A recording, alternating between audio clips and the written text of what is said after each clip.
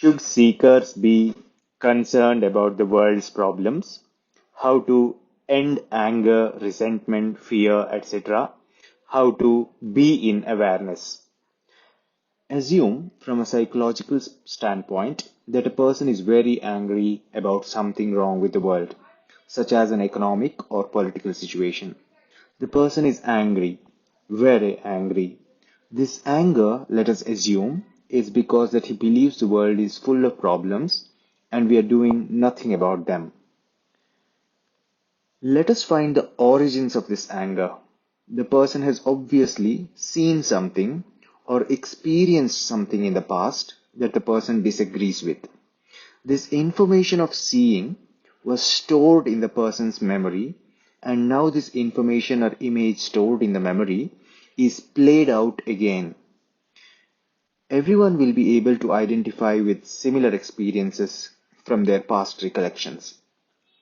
But let us try to truly, honestly, accurately, and with all our might understand how this process of anger generation unfolds step by step within the mind. Now, the image is first played out by a part of the mind, and let us call it the first part of the mind.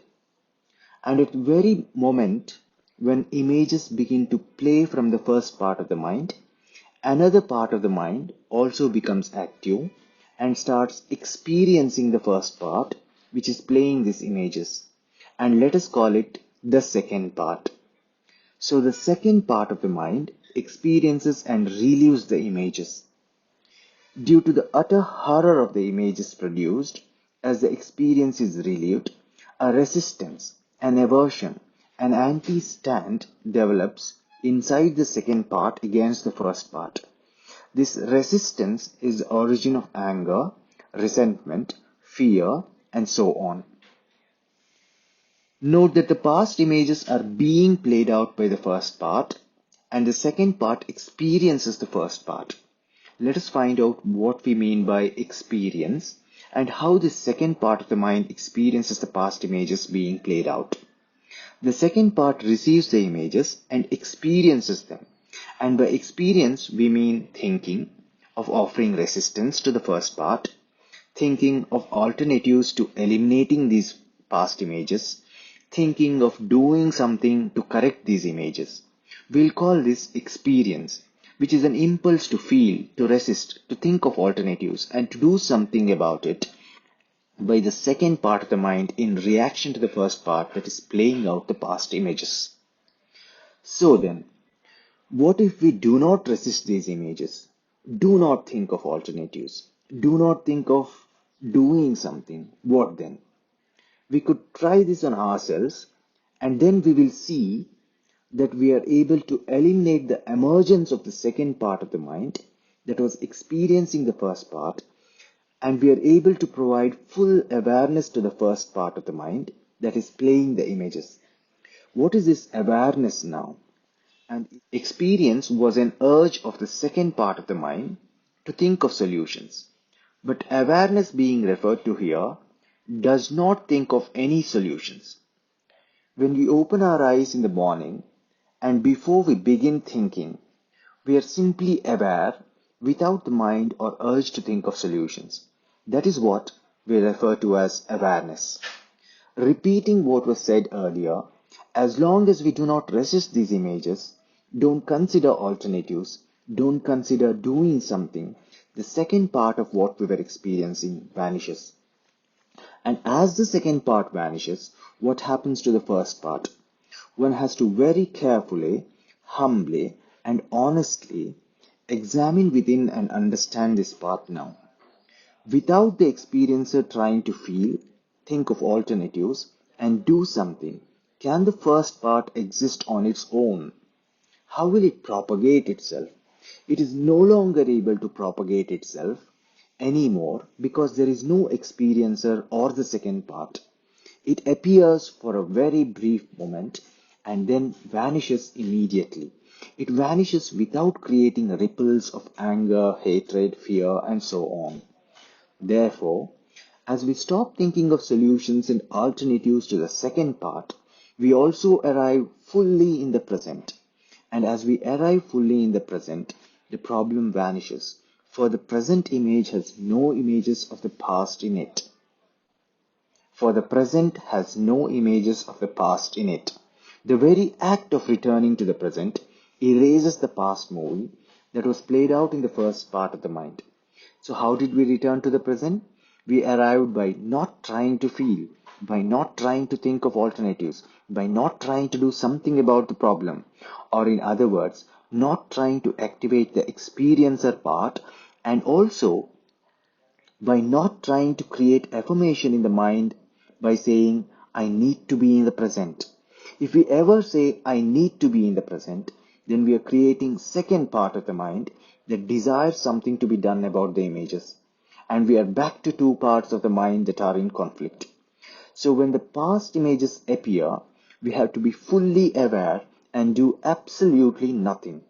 Thus, once we arrive completely to the awareness, which is always present within us, the problem no longer exists.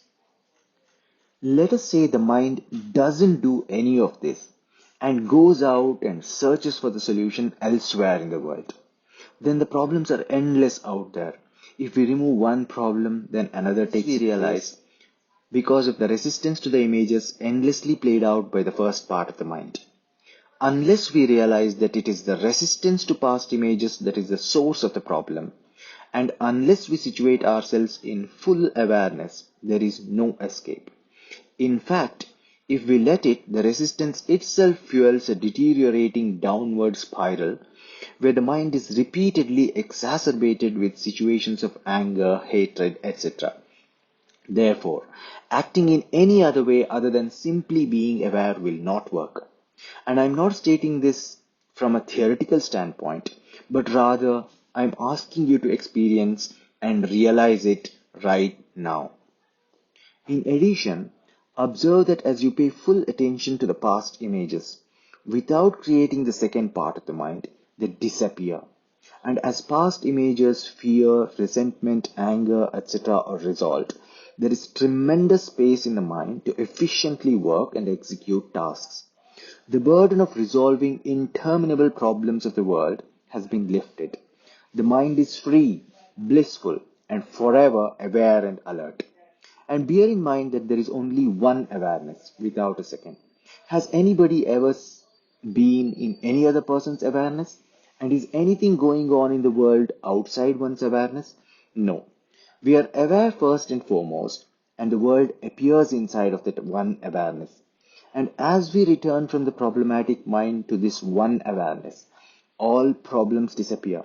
For, as we have already seen, in the very presence of awareness, the first part of the mind that plays the images cannot persist itself, and the second part of the mind that experiences them disappears.